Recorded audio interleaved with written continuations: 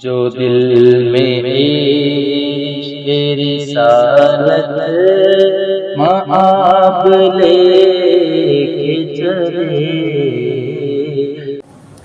جی پہلا سوال یہ ہے کہ کیا بلندی کی وجہ سے کبھی طلوع اور غروب میں فرق پڑ سکتا ہے؟ ایک سوال یہ پوچھا گیا ہے کہ کیا بلندی کی وجہ سے طلوع و غروب میں فرق آئے گا۔ یہ دراصل ہمارے وہ اسٹوڈنٹ ہیں کہ جو علم توقید کورس کر رہے ہیں، تو علم توقید کورس کرتے ہوئے انہوں نے جب طلوع و غروب کی ہماری ویڈیو سنی تو اس دوران ان کے ذہن کے اندر یہ سوال پیدا ہوا۔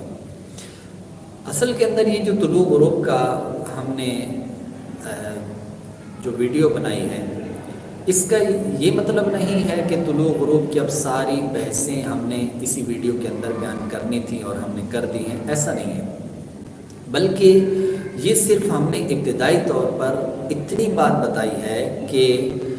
اوقات شرعی طور پر جو شرعی قوانین ہیں اس کے مطابق جو اوقات ہیں وہ کب شروع ہوتے ہیں۔ تو اب رہا یہ کوشچن کہ کیا بلندی کی وجہ سے طلوع و غروب میں فرق پڑتا ہے یا نہیں ہے، یہ ہم آئندہ ویڈیو کے اندر انشاءاللہ مزید اس کی وضاحت کریں گے، اور ہم آپ کو یہ بھی بتائیں گے کہ فرق پڑتا ہے اور کس طرح پڑتا ہے، کتنی بلندی پر کتنا فرق پڑتا ہے، اس کی ہم مکمل وضاحت کریں گے۔ لیکن یہاں پر ہم یہ آپ کو بات بتاتے چلیں کہ بلندی کی وجہ سے بالکل سورج کے طلوع و غروب کے اندر فرق پڑتا ہے۔ مثال کے طور پر اس کی آپ ایک مثال سمجھیں۔ فرض کریں کہ آپ کھڑے ہیں ایک بلند مقام پر، اور جس بلند مقام پر آپ کھڑے ہیں تو وہاں سے اگر آپ سورج کو دیکھیں گے، اور ایک یہ ہے کہ آپ نیچے فرش پر کھڑے ہیں پھر آپ سورج کو دیکھیں گے، تو دونوں کے اندر فرق آئے گا۔ کیوں؟ اس کی وجہ یہ ہے کہ جب آپ سطح زمین پر کھڑے ہیں یا ہموار زمین پر کھڑے ہیں تو یہاں پر کھڑے ہونے کی وجہ سے آپ کی جو نگاہ کا زاویہ ہے، جو اینگل ہے، تو وہ بالکل آپ کی نگاہوں کے سامنے آپ کے قد کے موافق دور تک جائے گا، ہورائزن پر افق تک جائے گا۔ اور دوسری طرف اگر آپ کھڑے ہو جاتے ہیں کسی بلڈنگ کے اوپر جو کئی منزلوں پر ہے، یا اسی طرح آپ ایروپلین میں ہیں، یا آپ کسی اور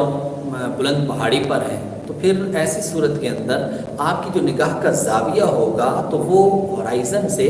جو سطح زمین پر ہورائزن تھا، اس سے بہت نیچے کر کے جائے گا،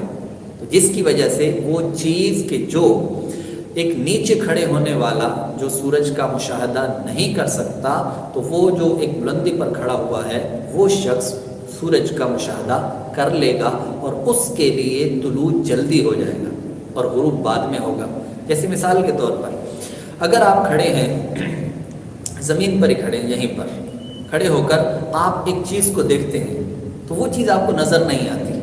لیکن اگر آپ چھت کے اوپر کھڑے ہو جاتے ہیں تو پھر آپ اگر اس چیز کو دیکھنا چاہیں تو بڑی سادہ سی بات ہے کہ آپ اس چیز کا مشاہدہ کر سکتے ہیں، اس چیز کو دیکھ سکتے ہیں۔ اس کا صاف مطلب یہ ہے کہ جب انسان بلندی پر چلا جاتا ہے تو بلندی پر جانے کی وجہ سے اس کا افق تبدیل ہو جاتا ہے، اس کا ہورائزن تبدیل ہو جاتا ہے، اور اس کی جو نگاہ کا زاویہ ہوتا ہے تو وہ دور تک چلا جاتا ہے۔ اسی طرح سطح زمین پر جو شخص کھڑے ہو کر سورج کا مشاہدہ کرتا ہے تو بسا اوقات کیوں ہوتا ہے کہ اس کے لیے تو سورج غروب ہو جاتا ہے، لیکن جو بلندی پر کھڑا ہے اس کے لیے سورج ابھی غروب یا طلوع نہیں ہوا ہوتا۔ تو اس کا سبب وہی ہے کہ بہت زیادہ بلند ہوتے ہیں تو اس سے اس کا کوئی تعلق نہیں ہے، اس کا تعلق ہوتا ہے ہموار زمین کے ساتھ، یعنی ہورائزن تک۔ ہورائزن کے متعلق ہم پہلے بتا چکے ہیں کہ اگر آپ کسی ایک میدان کے اندر کھڑے ہو جائیں اور دور تک کہیں درمیان میں رکاوٹ نہ ہو، نہ ہی کوئی درخت ہو، نہ پہاڑ ہوں، نہ عمارتیں ہوں، اور اس وقت جہاں آسمان آپ کو زمین سے کوئی فرق نہیں پڑے گا۔ لیکن اگر آپ کسی پہاڑی پر ہیں تو یہ اب غیر ہموار زمین ہے، کسی پہاڑی پر ہیں، کسی عمارت پر ہیں، یا آپ کسی جہاز پر ہیں، ہیلی کاپٹر پر ہیں، تو ایسی صورت کے اندر کہ یہ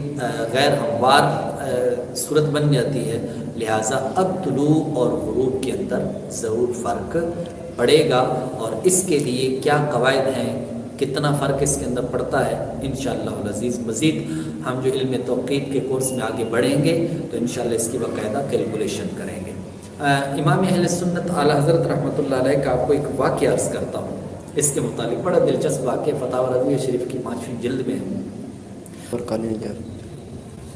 وہ ایک پہاڑی کے اوپر رہتے تھے اور پہاڑی پر رہنے کی وجہ سے انہوں نے کسی کو کہا کہ جناب آپ ہمیں رمضان کے اوقات یعنی جس میں سحر و افطار ہے، سحر و افطار کے متعلق آپ ہمیں کچھ نقشہ بنوا کر دیں۔ تو اعلیٰ حضرت رحمۃ اللہ علیہ سے انہوں نے عرض کیا تو امام اہل سنت نے یہی بات ارشاد کی جو ابھی میں عرض کر رہا تھا۔ آپ نے فرمایا کہ ہم جو آپ کو نقشہ دیں گے تو وہ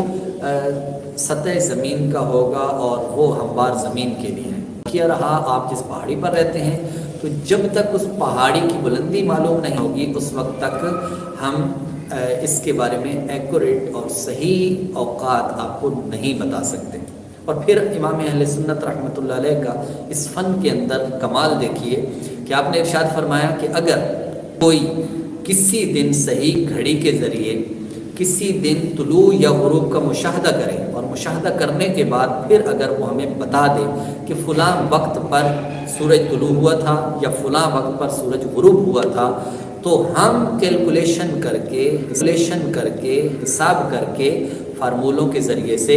ہم آپ کو یہ بتا سکتے ہیں کہ وہ پہاڑی جس پر وہ نواب صاحب کے بیٹے رہتے ہیں